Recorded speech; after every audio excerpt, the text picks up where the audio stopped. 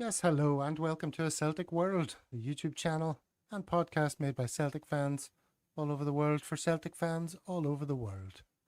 And we're sorry we're a few minutes late, bit of last minute panic there with microphones and such like. So the boys tell me I'm at the right volume in the studio, so to speak. Let me know if that's the case for you watching back home or wherever you happen to be in this great big Celtic world. And who are we joined with today? We got Brian in Ireland. What up, Brian? What up, Gav? How are you? Hello, hello, Tickety-boo. hello, everybody. Hello, Paul. It's been a while since the two of us have been on. Is that right? Good, Yeah, you're good to usually see a you. Monday night character. Monday night character. And of course, Paul is our regular Thursday. Oh, Paul's in a slightly unusual position of being on the I am. lower tier. What about you, Gav? What about Yeah. you? Are you okay being on the lower tier? I'll accept it in this occasion for Brian. So You can move me down. I mean, I'm happy enough being on the lower I'm tier. not. Like, No. I'm not precious about where I appear. No ego here. Good man. Well, hello to everyone in the chat. How y'all doing? Good to see you. I'll put up a few greetings. Like I say, apologies for being a few minutes late. Hail Monty. Dickie, Brian, and Paul. Good morning, man. There's Eddie. The world And, famous. Don't think this is a sexual reference, but Mickey says, "Nice to see Brian on top."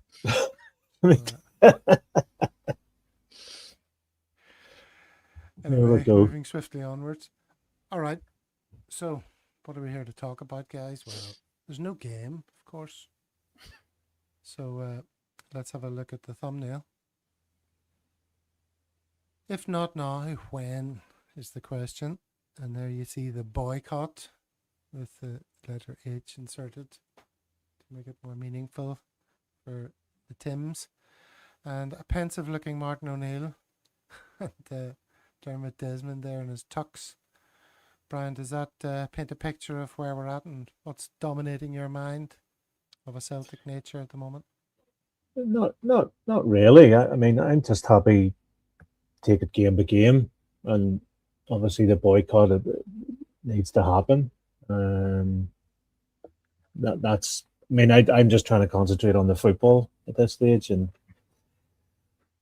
you know, the board know what they need to do. They need to, not so many words, foxtrot Oscar, but I'd be happy to concentrate on the football at this stage. Mahesh, tell me what you mean. Oh, shouldn't be showing that. Tell me what you mean, Mahesh, when you say check your volume. Am I too loud? I think you're still too quiet, Gav. Still too quiet. Well, Paul, you tell us your thoughts while Mahesh tells me about the volume.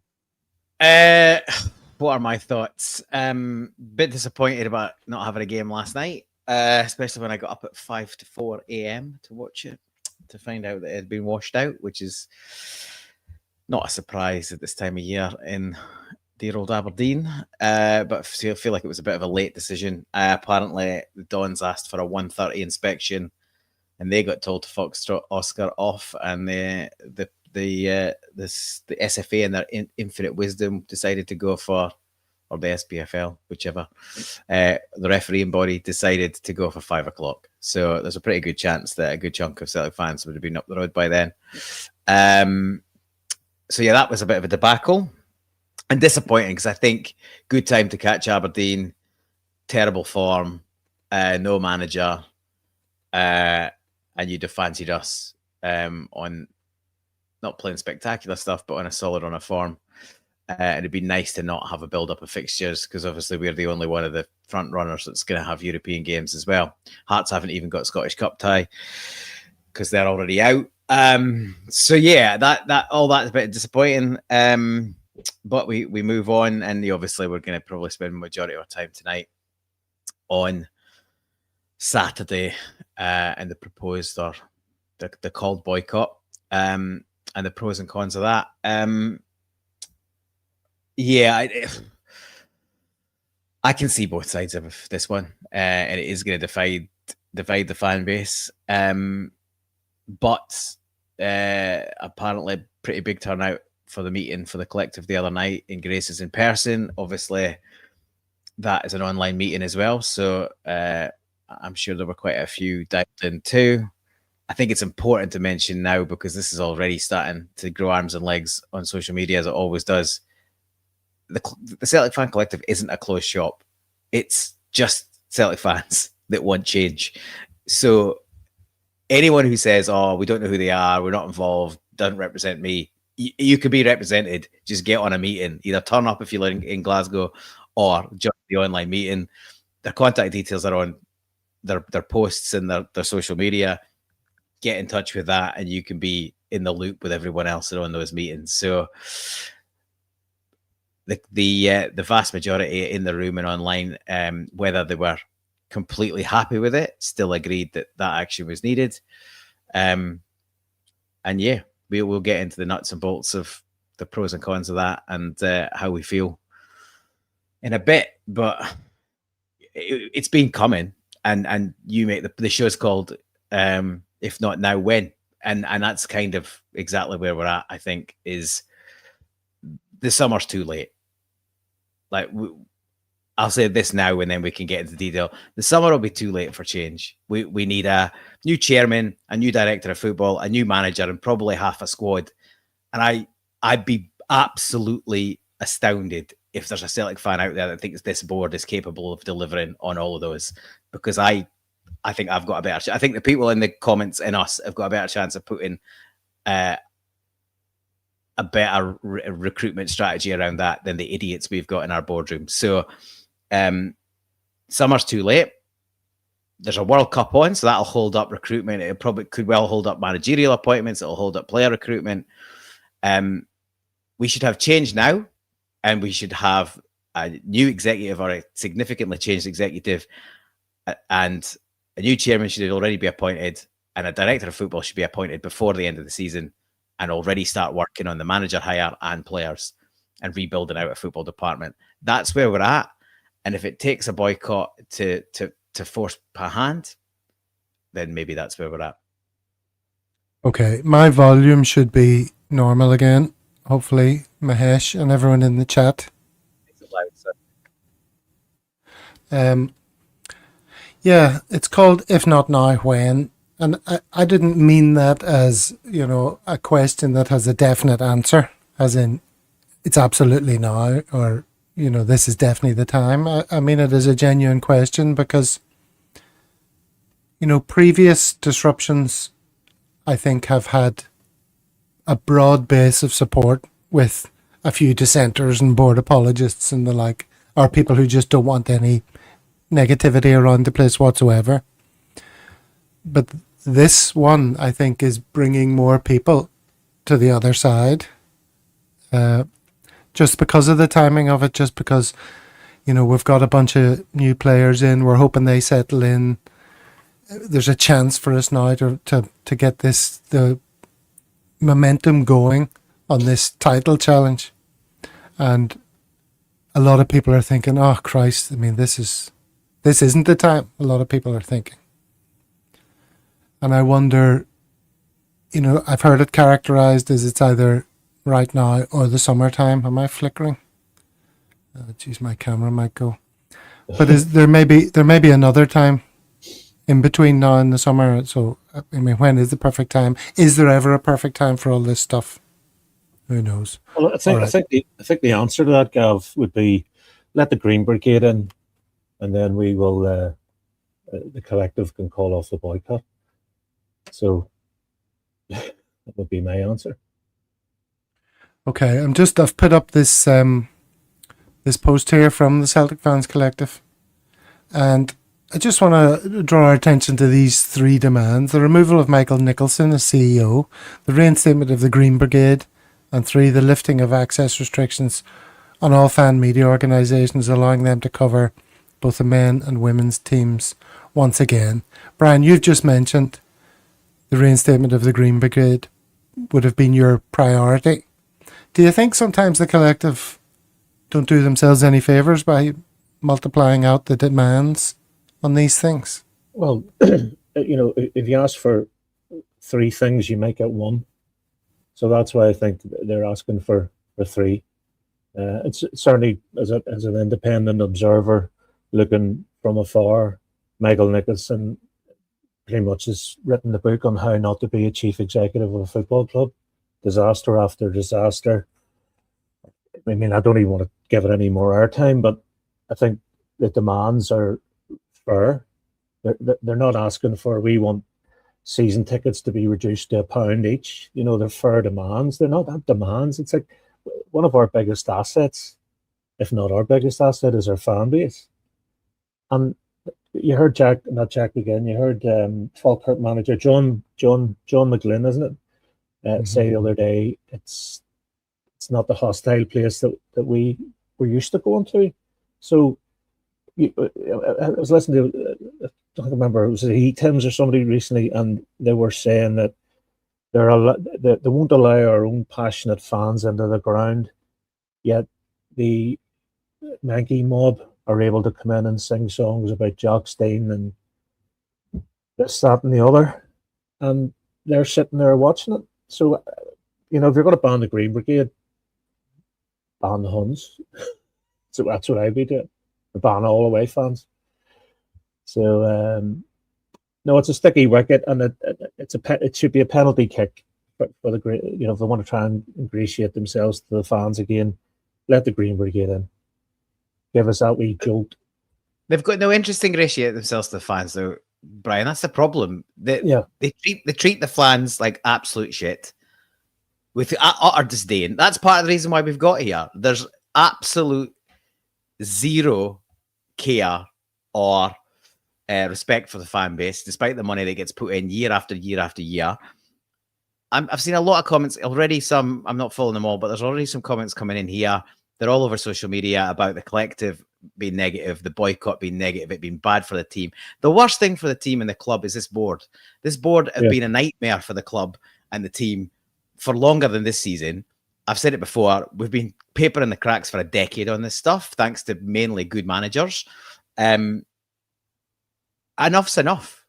Like, when is it? So people saying if we lose the league, it's on the fans. No, it isn't. That's an absolute nonsense. If we lose the league, it's on this board. It's on this board for how they handled last summer, how they didn't replace Kyogo, how they didn't replace Ida, how they didn't replace Kuhn, how they didn't support Rodgers in the summer, how they left us light to get into the Champions League, the debacle with Tisdale, the debacle with Nancy, and the arson about with Martinoneill. With the 80 million we've got in the bank, we should be sitting with the League Cup in the cabinet, top of the league by some distance, a great deep squad ready for the run-in, and ideally probably still be in the Champions League knockout phase, same as we were this time last year. That's where we should be as a club. That's where we've got the wherewithal. Well, not the wherewithal. We've got the balance sheet. We've got the size and the quality as a club to do that, but we haven't got the board to do it. We're held back by a bunch of dinosaurs that run us like a bowling club. In fact, it's an insult to bowling club committees. Bowling clubs are run better than Celtic.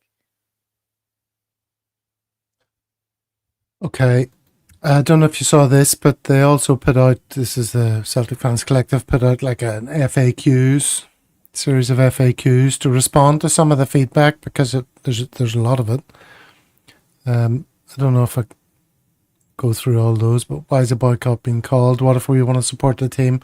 What if I've already spent money on tickets and travel? That's a major issue, and sort of all a part of this question of, if not now, when. Could there have been a better time to do it? In other words, you call the boycott before people have spent their money and made their travel arrangements and all the rest of it. I mean, it's a cup game, so that's good. I mean, when's the next cup game?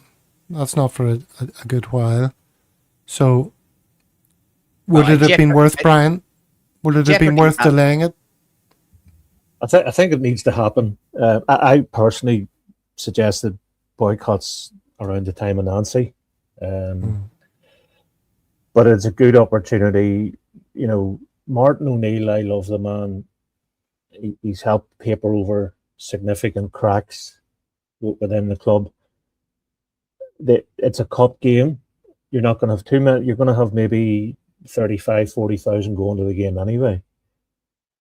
Under Lennon in the first season, the first couple of seasons, there was like 20,000 people at Wraith Rovers for a cup game. So they need to be reminded of. I mean, if they didn't read the room last week, when everyone was like, "Stand up if you hate the board," when something like 98% of the ground stood up, the writing's on the wall for them.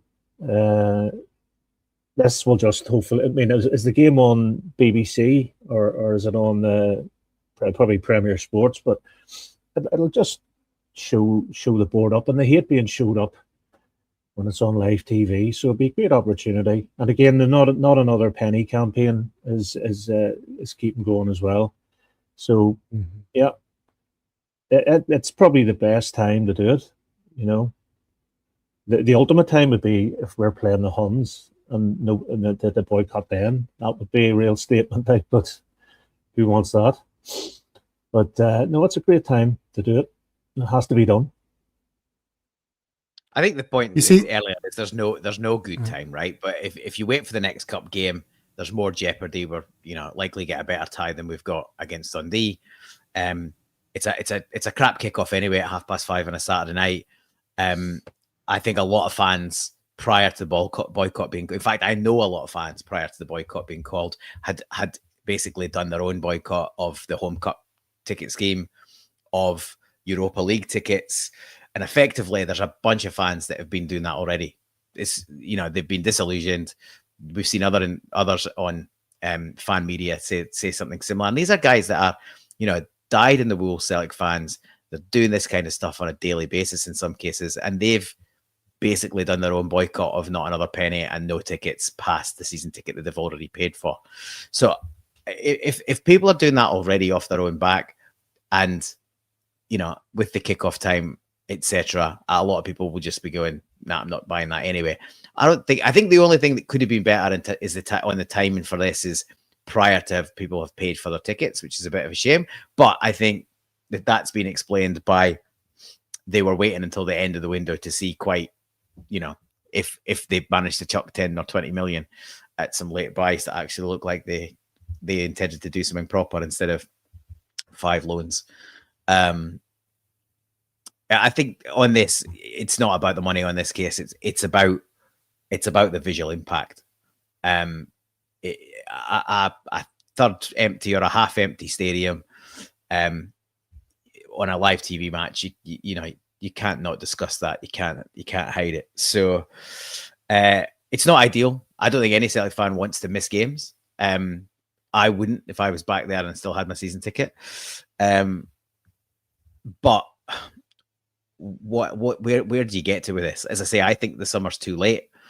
And we've got to get meaningful change.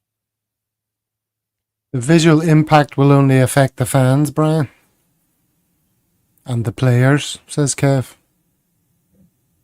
Well, the old saying is you have to crack an egg to make an omelette, and something like that. And other than breaking in and doing what was it Torino did and burn the ground, burn the stadium down, has to be done. And they all support it, and they forced their hand. They won't talk. The collective have reached out to Brian Wilson umpteen times and said, "Look, come out, have a chat, come and talk about this, that, and the other, getting the Green Brigade back." And they've just closed shop. So they have forced the collective's hand by not engaging, by not, committing to try and unify.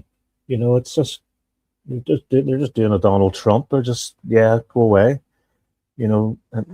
And fair play to anybody, and it's a cup game. How much the tickets? 20 quid ahead, 25 quid ahead. It's not a huge amount, obviously, travel and stuff like that. But it has to be done for the sake of the club, the future of our club. It has to happen. Well, this is the problem, right? I, as much as anyone, and I've got a lot of sympathy with people that think it's bad timing. It's bad timing because we're still in the hunt for 3 trophies. that might seem fanciful, but Martin O'Neill's been doing miracles with barely anything. Now he's got a few reinforcements. We'll see how good they are. We might have another on the way.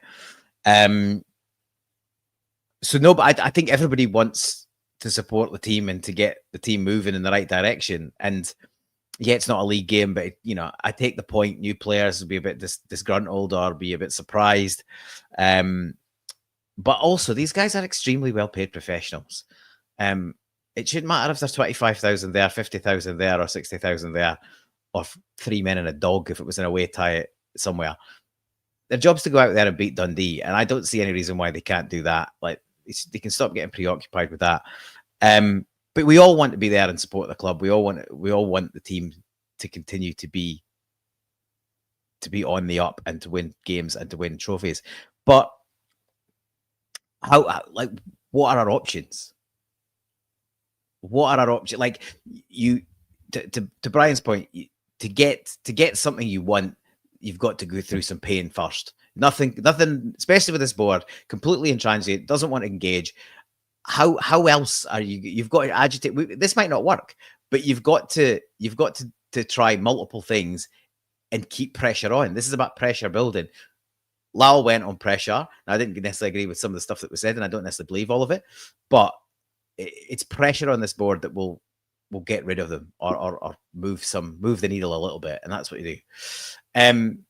Renewals are going to be impactful, for sure they are, but the problem you've got with renewals is that's a much bigger deal than missing one game. If you think people are worried about missing one game, how many fans are going to willing to give up the ticket for the year? I think that's a bigger ask of fans than it is to miss one match. And I'm not saying either of those choices are good, but some tough decisions are potentially going to be made. And look, let's remember one other thing: the collective hasn't. I've seen some stuff about people getting called scabs, etc. Like, there's no need for that between the fan base. The collective have asked for support, but nobody's going to be judged for continuing to go.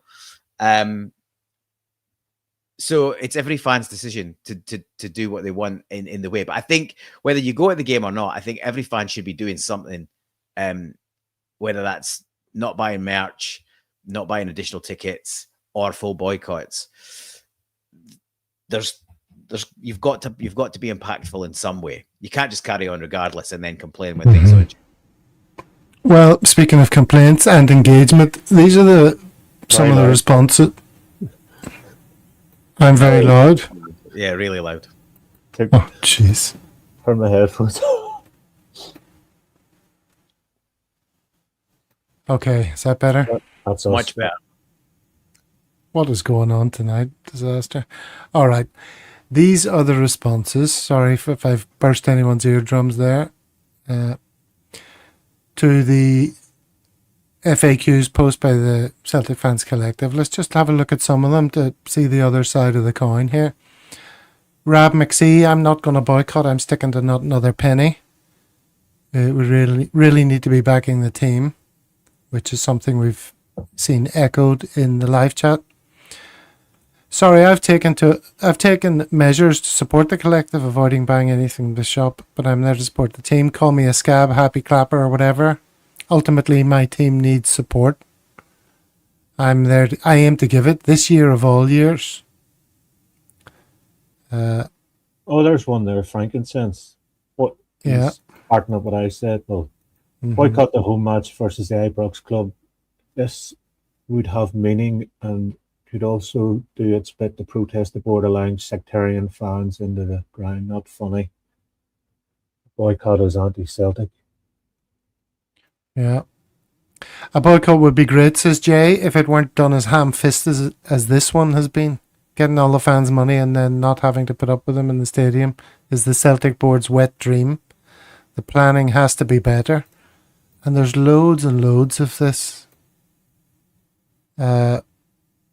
Whose idea was to call for a boycott? I'll tell you what, Gav, you can't win with this lot, right, though? Because for weeks I've seen stuff when the collective have put statements out saying, oh, this has happened, it's been this many days or weeks since we had any communication, blah, blah, blah. And then if you read the comments on those posts, it's, would you lot just do something? Why have you got another statement? You need a boycott. You need some proper action. You need protesting, blah, blah, blah. So they've been getting hammered for weeks about not enough action. Then they call a boycott, and the other lot are, so you absolutely can't win. You can't win. You're never going to please everyone. We're a fan base of multi-millions globally. We're 60,000 in the ground and a ton more that can't get a ticket or choose to watch from further afield. You're never going to unify that amount of people. What you need is enough people to make an impact. And everyone who disagrees doesn't have to like it. And look, I think I've made it quite clear. I'm torn. I'm absolutely torn. I can see both sides. But I think there's a bigger picture, and whether it's now or later, I definitely think that the summer is too late. I think the summer is going to be too late to make a meaningful impact. And if these clowns are still in charge when it's time to appoint a new manager and a director of football, it's more of the same. So do you take some short-term pains for some hopefully longer-term gain, or do you not and just limp on with the same crowd of imbeciles and be dealing with the same nonsense next season and the season after, and on we go? Because if we do win the title this year, it's in spite of them, not because of them.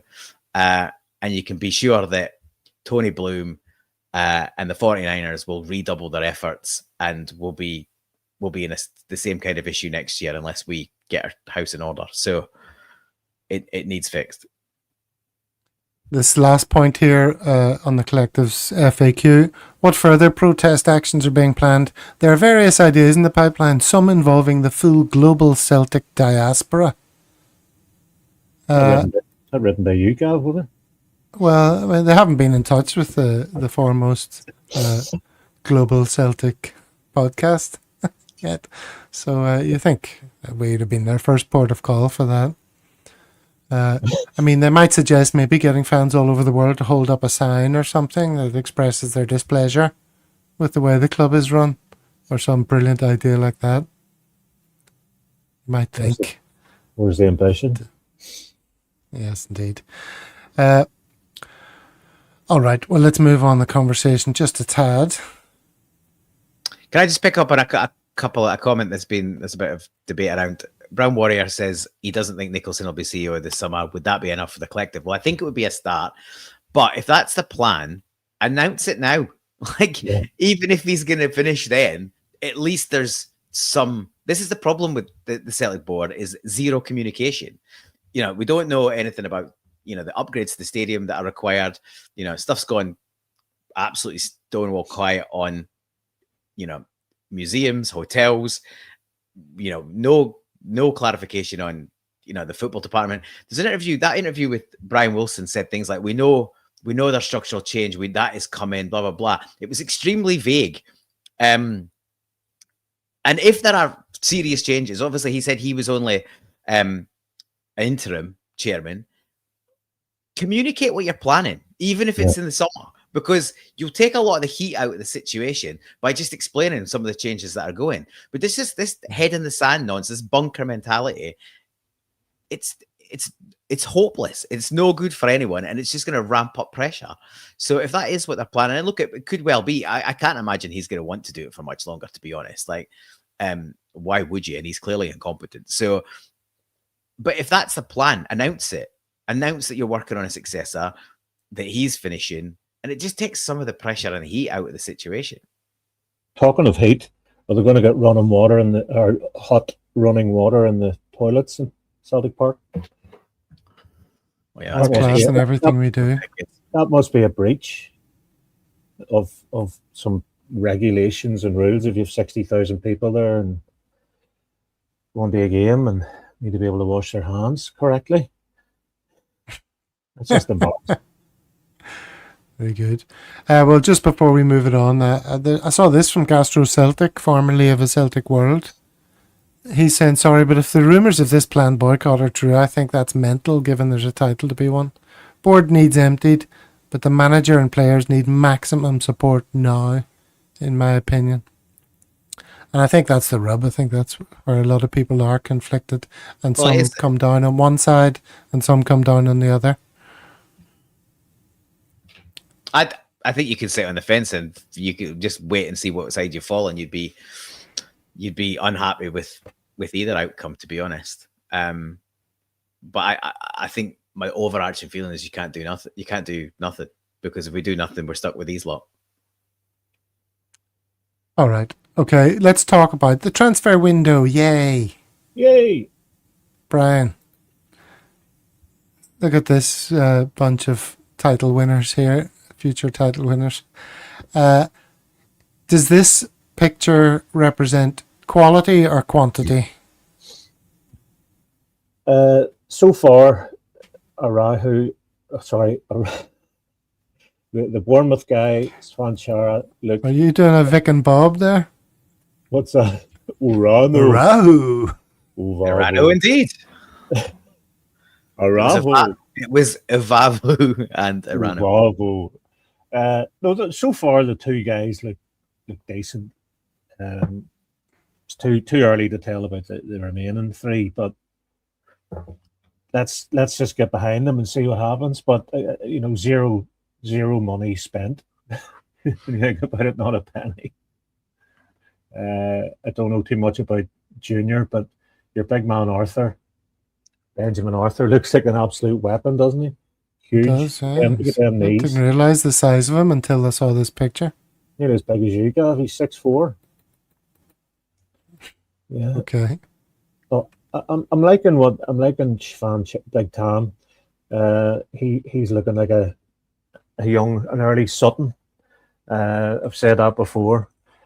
So I'm Sean and Martin were coming out saying about they wanted quality. Let's hope that these guys are quality and they've something to prove. Unfortunately, we're in the market now of getting players on the sort of down, trying to reinvent their career again. But having a player with a bit of edge, nothing wrong with it. Something to prove. I'd rather have guys with something to prove than guys just like Bernardo and Hatate, just sort of passengers. I mean, hopefully these guys will kick lumps out of. I was watching this morning on Twitter, Simonovic. It's probably my go-to for any time I'm feeling a bit pissed off, is watch the Simonovic tackle against Kenny Miller. So I'm hoping the boys will do well. It's another player that can come in, and it's not Johnny Kenny, God love him. He's off to Bolton. Yep. Okay, so I shamelessly nicked this from Celtic Fans TV, so apologies to them, and obviously that's a great show and we all love it. But it's a very good graphic showing the squad, and it's one that spells the players' names correctly. Do you remember that one that was doing the rounds on the WhatsApp?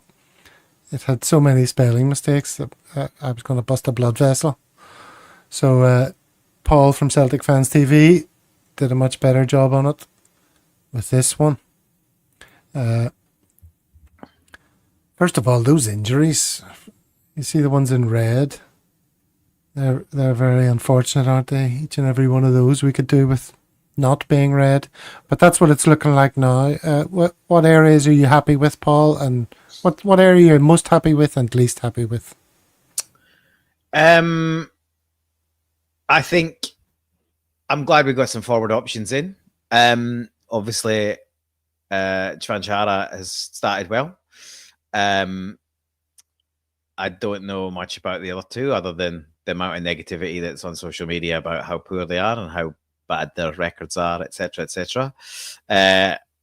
And even if that's the case, we've seen plenty of players at both at our club and lots of other clubs where they've been on bad form or it's not been going well for them, and a change of scenery turns it round. So that's all we can hope for. That's the case. I still think we're a little bit light at the back, and we're definitely, even though there's six players on that list, some of them aren't fancied, some of them don't fancy it, I think, and I think we're still light in there. And I really hope that we go and get the Ox on a free a freebie after the window's closed. It looks like that's potentially a reasonable possibility. And some folk will say, oh, he's injury prone and he's not played for ages and he's been out of contract since August. But I remember very similar stuff being said about the move to bring Aaron Moy into the squad, which I was keen on at the time, given his background as an Aussie, and thought that we would get a turn out of him, and we did. And I fancy that if we can get him on board, he might be a similar type of squad player and character. Obviously, done it all in the game. And at 32, still young enough to put some minutes in. I don't think he's going to be playing 90 minutes regularly, but if he's playing 30, 40 minutes here and there, helping rotate the squad a bit, and yeah, just bringing an extra level of class to the middle of the pitch, I think that would be sorely needed. We are overworking McGregor, Engels, and even now Benjamin Negrin. Hatate's form's not been great for a while, but it's dropped off a cliff and he's added getting himself sent off. McCowan looks completely unfancied. Yeah. Bernardo even further down the pecking order. So we're very reliant on those three. And if any one of those gets injured, and I know people have criticised the manager, the captain, and a lot of people think we should have taken the money for Engels. I'm sure we'll come to that in a bit. But either of those three midfielders gets injured, we are in really deep trouble because there's no depth, absolutely no depth. Now, I've been a fan of guys like Bernardo and McCowan as being able to supplement the squad, but for whatever reason, their form is nowhere, not even enough to get game time off the bench. So yeah, I think we're strong at right back. We're obviously weak at left back. I think Sirachi's back in training, so we're hopefully not too far away there. And if he comes back, and obviously it's slightly tongue in cheek, but it will be like having a new player because Tierney's been getting flogged. Sirachi offers something a little bit different. He's got great delivery as well, and with the amount of height and striker options we've now added, I think getting good delivery in the box is going to be crucial. And if we can do that, I think we'll score plenty of goals. The left side scares me, Gav. Tunetki, Balikwisha, Jota, and Maeda. And then above that, you had McCann and Hatate, who unfortunately I think are empty shirts at the minute. Yeah, it's definitely a weak area for sure. I mean, I'm surprised dies instead. Well, he would have been away. I think he falls into the same boat as Engels. You can't let players like that go, regardless of if their form is up and down. Like them, just purely on Dyson's defensive work rate, I don't think you can let him go. And there's not a chance we'd have found a suitable replacement. We haven't been able to flesh the squad out to the level we needed. And it's surprise anyone who's watched me on this show for the last 2 or 3 years. It won't surprise. What is it, year and a half that he's been in the club, will not be surprised that I fully agree with Henrik Melarsson. There's not an absolute chance that we could have released Engels, and I was on record multiple times. Do you agree with Martin O'Neill then that the board deserve praise for resisting that temptation? Well, I did see that Martin said that he didn't have any involvement and the board did it of their own accord. Now, if you ask me, that's Martin playing the politics. I'd be very surprised if O'Neill wasn't involved in that. This board will get no props from me, to be honest. They've not earned any right to any props. But from an overall point of view, it is an excellent decision not to take the 25 mil. Again, we've seen lots of nonsense on social media that we should have bitten their hand off, blah, blah, blah. But that just comes from people who refuse to admit that he's a quality player, refuse to admit that they got it wrong. 25 million for a player we paid 11 million for. Yeah, I mean, nobody can throw the 11 million thing at him anymore or what a waste of money or anything. Because, that's what happens. You buy players of that ilk, and they rise in value accordingly. Of course. And has he hit the heights, the absolute heights we think and hope he can reach? No, he hasn't. But that's potential, and you still pay for that. And Forrest obviously believed that they would be. He's 22 years old. And where does he shine most? In Europe. His best performance for Celtic have been in Europe, where he's not getting dragged into a kicking match. He's not being fouled with impunity and not protected by the ref. And the game is a bit more balanced. I think hopeful. And then equally there was all the stuff about we'll have an unhappy player on our hands. No evidence of that either. I mean, O'Neill since come out and said he's absolutely fine. he was out in an interview just a week or two ago saying he was loving playing under O'Neill. So, I think it's a no-brainer that we had to keep him. And this notion that we might not get 25 million for him again, even if that's true, and I don't think it is, if we win the league and get Champions League football because he's in the squad and pushing us on, then he's more than made up for any potential shortfall in a future sale anyway. So we don't need any more money in the bank. There's more money coming from the O sale to Besiktas. There's money coming there. There's 80 million not spent, other than on cock-ups to pay people off that are not good enough at their job. So we didn't need any more money in. And if they ask me one more thing that I'm unhappy about, like, we should have gone and spent 10, 15 million on an absolutely class striker, because I don't care who the manager is next. They'll need a striker. And if you buy a quality striker, that job's done.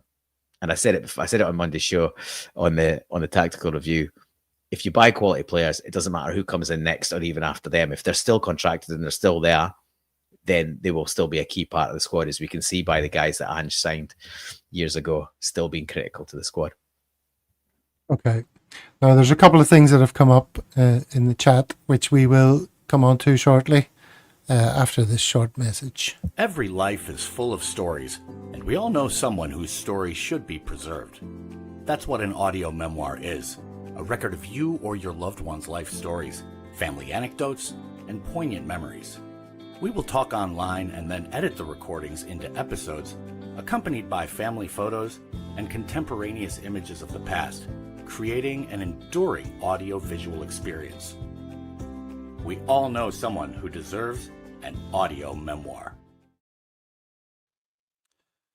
Yes, so if you know someone who deserves an audio memoir, get in touch with the discount code Celtic, get 10% off. That's our way of trying to make sure Celtic World survives and thrives, and don't pester you with too many YouTube ads and stuff like that.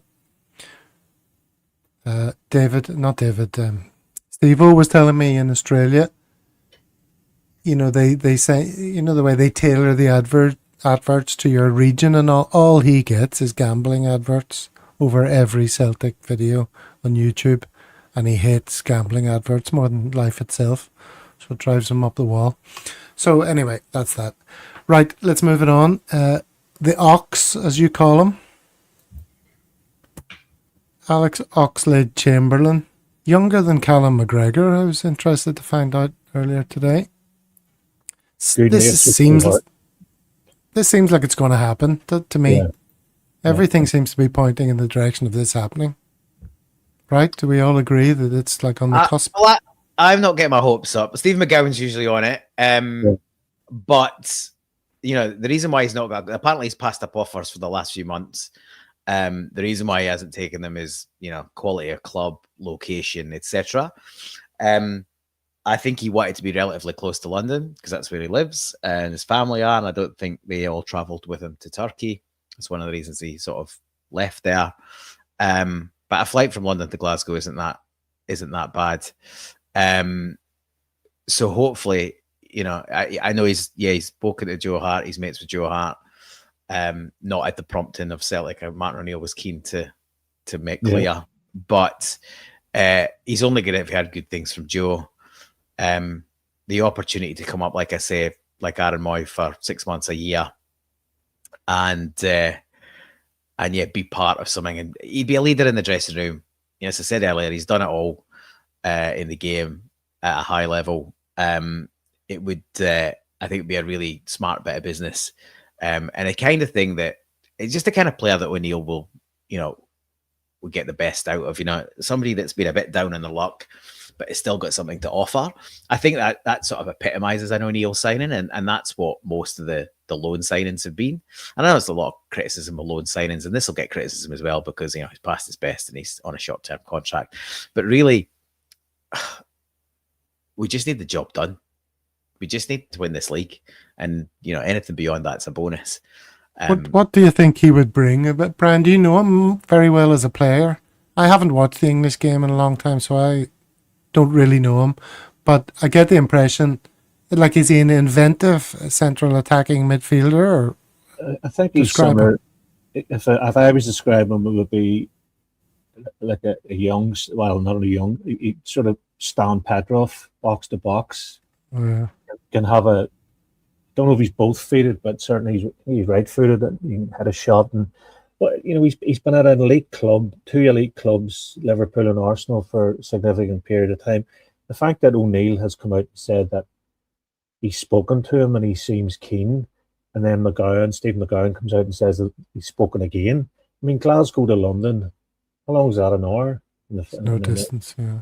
45 minutes in the plane. It's not a big. He doesn't need to train. He can, train in Arsenal and just fly up for the games. That's what Keane did. I don't think he would do that, but he doesn't need to be here. He doesn't need to be sitting living in Glasgow, like.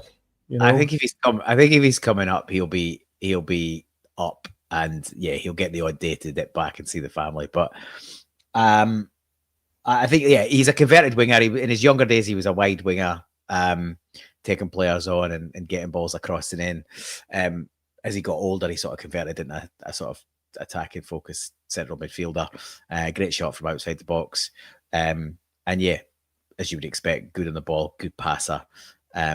I think somebody else has said, yeah, he would play the Moy role and be strolling it, and I think that's up here against the run of the mill quality. I think he'd be head and shoulders above a lot of the players, and I think it would be it would be a good addition for mid to late games. Another guy with something to prove.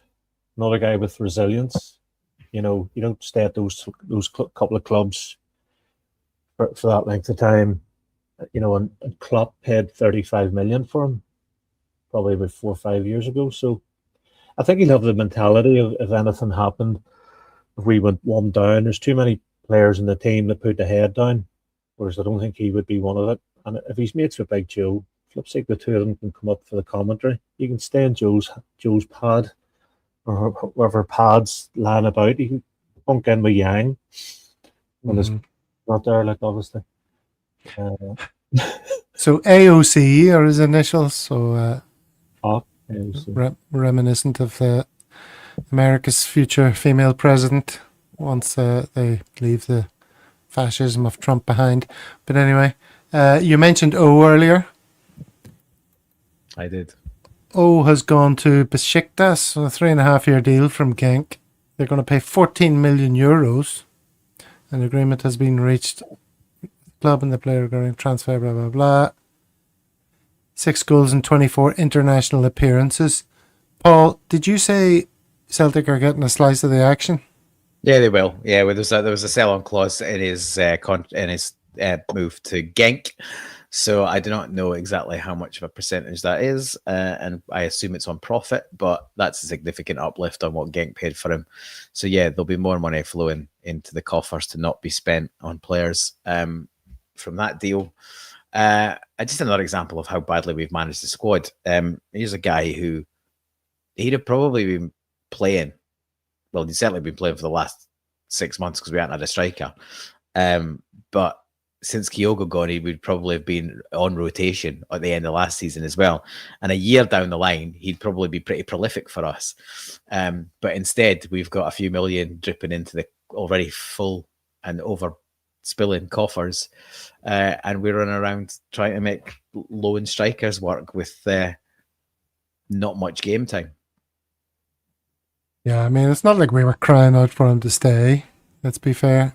I think there was enough people said that there was a player there, and there was an advantage to keeping him. And I think I said something similar. But why is after the event? Well, you can go back and look at the video. But there wasn't a particularly clear pathway at the time, and obviously it didn't take long before we created a pathway, and he wasn't there to fill it. Well, there was definitely a time when I was feeling hopeful about. I was quite hard on him at the start, but there was a time when I was feeling hopeful, and you were hard on him. You were hard on him, were you? All right. Are you going to play the O song now? Please play. I am going to play the O song, but you've completely ruined my intro, so just have to say, here comes the O song. A shortened version of it anyway, so you don't have to go through the painful intro to the Flying Pickets parody. Here you go. When we had a striker to see, he came to replace the Greek. Raw as kimchi. Which one is it, Joe, or it's O? Oh yes, it's definitely O. He's not flimsy. All we want is you to score a goal. Rough defenders and be physical. Now we see the real you. Oh, you. Now the fans, they all sing your name when you score in a game. By the white stripes, and we see a footballing brain. No more a headless chicken. When you look, try. All we want is you to score a goal. Rough defenders and be physical. Now we see the real you. Oh, you. Ba-da, ba-da, ba-da-da-da. Ba-da-da-da, ba-da-da-da-da. Ba-da, ba-da, ba-da-da-da-da-da.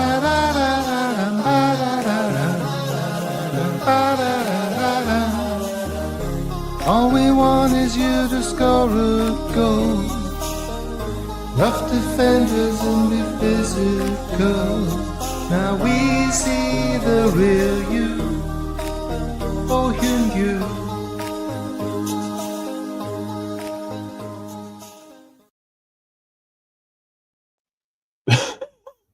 Thank you for all those positive comments. A classic. Let's leave it on that one.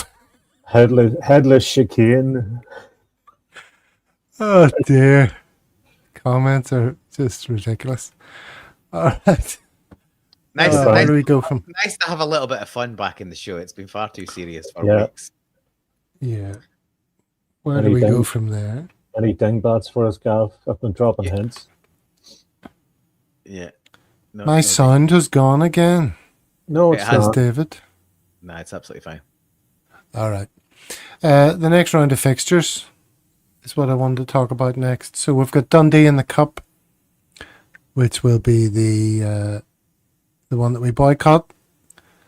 And then at home to Livingston, away to Kilmarnock, and then Stuttgart, 2 Stuttgart games with a home to Hibs in between. Brian, do you lick your lips when you see those fixtures? Do you think there's a lot of points to be had? Definitely do. I think there's no reason why we can't. Well, it'd be great to get, I was going to say 4 points out of the Stuttgart game, but as long as we qualify, who cares? No, there's no. Dundee, it fancies to beat Dundee. What was the next game after that? Was it away to Stuttgart? We should win. Livingston at home. Livingston Kelly at home. away. Beat them. Stuttgart at home and away. Kelly away, got Benjamin Arthur in there and just kick lumps out of McCann. No, I mean, Kelly are awful, and we've shown that we can win on the plastic pitch. Hibs at home, yeah, we should take care of them. Stuttgart away, you know, is it written in the stars for Martin? Is it? I think it is.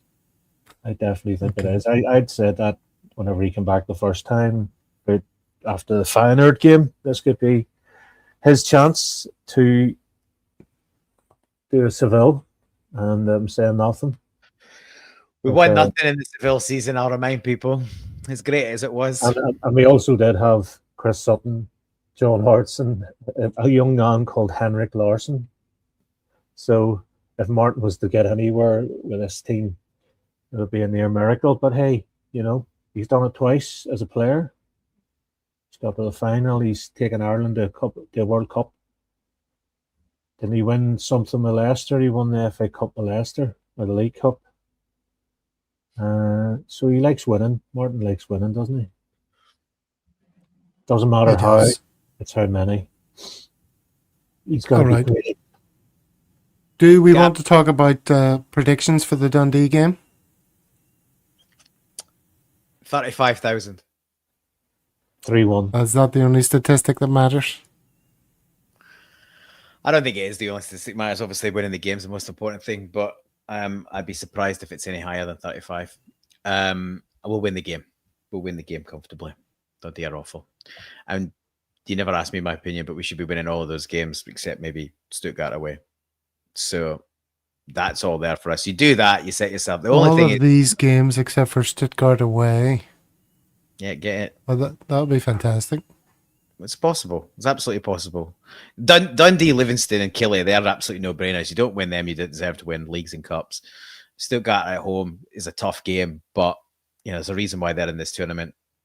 Hibs at home should probably be a tough game as well, but at home we should be winning. And yeah, see how we go in Germany.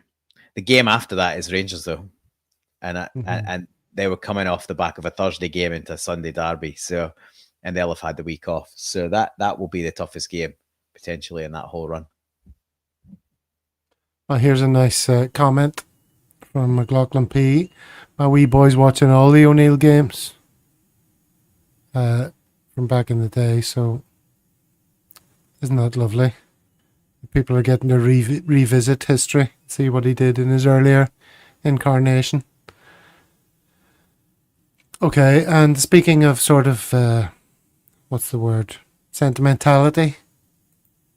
I think, it's worth commenting on the passing of John Virgo. You saw this news, in the days when snooker was a real big deal, he was a very welcome presence on our screens, wasn't he, Brian? Yeah, I love Virgo, love snooker. Just that period, 4 or 5 channels, you would have had him on commentating, and he wasn't the greatest of players, but he was a real kind of, he was a funny man without trying to be funny. Big break. I can't stand Jim Davison, but I definitely like Virgo and his impersonations. I remember him doing Alex Higgins impersonation. Yeah. The sniff and the screw and the twitching and all the rest of it. But it's sad to see it. And another guy, another I wouldn't say one of my heroes gone, but another guy makes you sort of realize that we are only here temporarily on this mortal coil, as Dale says. But he'd be up there with Len Ganley and Higgy up in the sky, and just lovely man. I don't know much about him. Him and Willie Thorne were good pals by all accounts, but yeah, another good man down. As long as Jimmy White's still going, he's one of my ultimate heroes. Jimmy White. He's just sums up everything about. He's a Celtic fan as well, Jimmy White. So there you go. But sad for him. Sad for John and his family. I went to visit a mate of mine who lived just outside London and got off the train, and he met me at the train station, and it was a short walk to sort of the wee development that his house was in. And the first house, right beside the train track, was quite a nice house and a decent-sized garden, but right beside the train track. And my mate says, "You'll never believe who lives in there." And I was thinking, well, who's that? I mean, someone famous or what? He was like, Jimmy White. And I was like, really? And he was like, yeah, you would have thought with all the money he must have won winning all those tournaments that he'd be absolutely rolling in it. I mean, it was a nice enough house, but you think of Jimmy White as such a superstar of the game. But how much money did they really make, those guys? And, did they manage it well? Paul? I would say, well, money's ramped up as the eras have gone forward, haven't they? But I would say they were, probably reasonably badly managed, I would guess. And, they come up from typically it's a working class game, come up from through the roots and the clubs, and be easy to sort of find ways to spend whatever money you'd made without looking after it for the long haul. Jimmy White's missus famously taught him how to read and write, didn't she? So, there you go. Anyway, we're getting a bit off track. But Jimmy White was a rock and roll legend. Did you you ever hear the story about Jimmy White? It was his brother's funeral, and they broke him. This is a true story. So they're all sitting in the pub, and somebody thought it was a good idea to break Jimmy's brother out of the funeral directors. So they went in and broke into the funeral directors, got his body, and brought him into the bar for a pint. True story. And he got off with it. and, you know, can you imagine stealing a dead body, even if you're related to him? But that's apparently that's a true story. Wow. Allegedly. All right. Well, rest in peace, rest in power, as they say nowadays, to John Virgo. As you say, another good man down, Brian. So let's enjoy it while we can. Yeah. Or as Terry Hall used to sing, enjoy yourself. It's later than you think. Later than you think, Yeah. indeed. That has been resonating with me quite a lot in the last few months. I had it when I was back in the UK, and I hadn't had it for years. And yeah, it's been bouncing around my head for the last 6 months or so, particularly as I lost a couple of mates in the last 2 or 3 months. So way too young. So yeah, it is later than you think. So yeah, let's hope we can enjoy ourselves over the next few months. Yes, let's enjoy ourselves. And thank you very much, everyone in the chat. Hope you enjoy yourselves over the next few days before we return on Monday to go over the Dundee game and, of course, everything around that game. So look after yourselves out there. We love you very much. See you soon. Hail, hail.